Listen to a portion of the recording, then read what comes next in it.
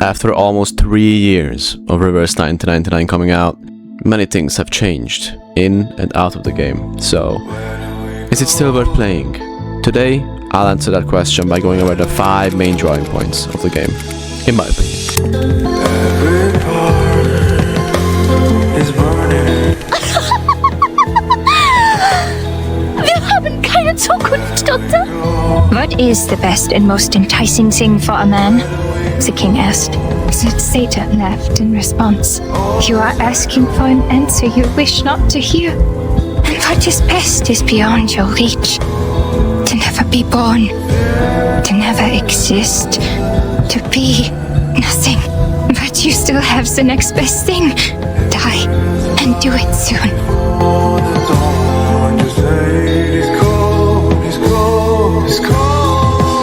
The story of Reverse 1999 is complex. We often joke about how sometimes we feel stupid playing through some of the quests because it's very philosophical, and the amount of research and effort that has put into this is easily visible. The main story is the main drawing point of the game.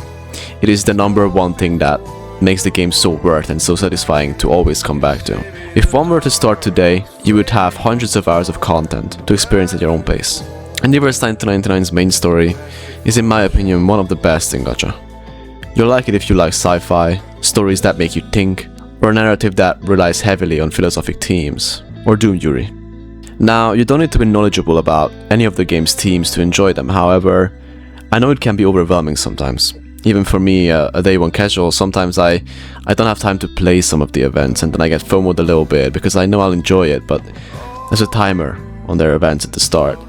That's one thing I dislike, is although they release the events permanently afterwards in a few patches, you know, why not just permanently release them in the first place?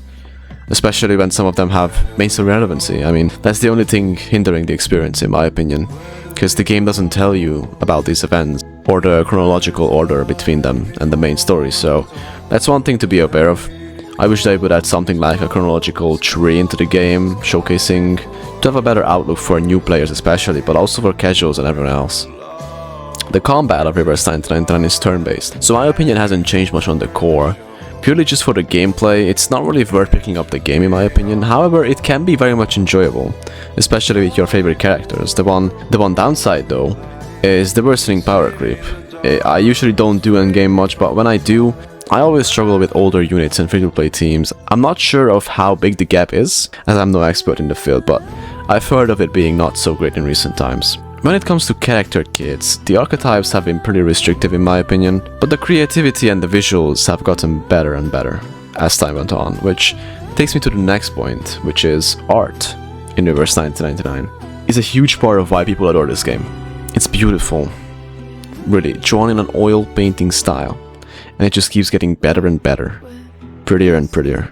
We've been getting more and more as well. 2D animations have been increasing, and we even have 3D animations in the game now, rivaling those of Giants in my opinion. The presentation is of course still in visual novel format, but the quality has been greatly increased over the time. That goes on for every other aspect as well, the voice acting, sound effects, writing, and the next point, which is music. Music is my favorite, alongside the story of Reverse 1999. It's impossible not to find at least one to like.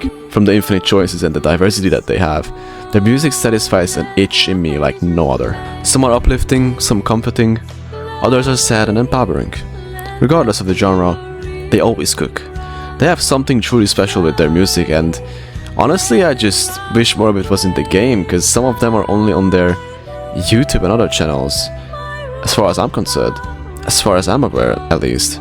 And finally, the gacha of Reverse 1999 is one of the more free-to-play friendly ones. Although I would never play a game just for the gacha, personally, the occasional dopamine rush is nice, and you only have to pull characters.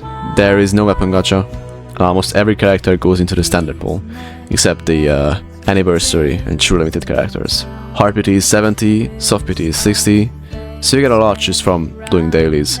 One negative is that half of the events don't give pulls. Or, you know, that can be a positive, because you're not forced to play minigames you don't like, depending on your perspective, of course.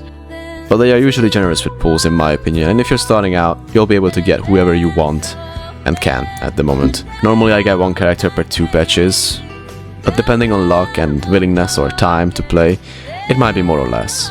If you start now with the 3rd anniversary live as well, you'll get a bunch of extra rewards like 30 free pulls on login, a free 5-star Matilda, and a free 6-star Coppelia as well.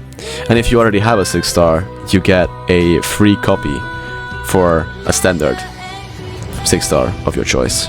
So, now you know if Reverse 1999 is worth playing for you or not. However, we haven't really talked about what the game is actually about, so if you're interested and want to know more about the game in a bit more detail, you can check out my other video about the game on screen. Thanks for watching, and ciao.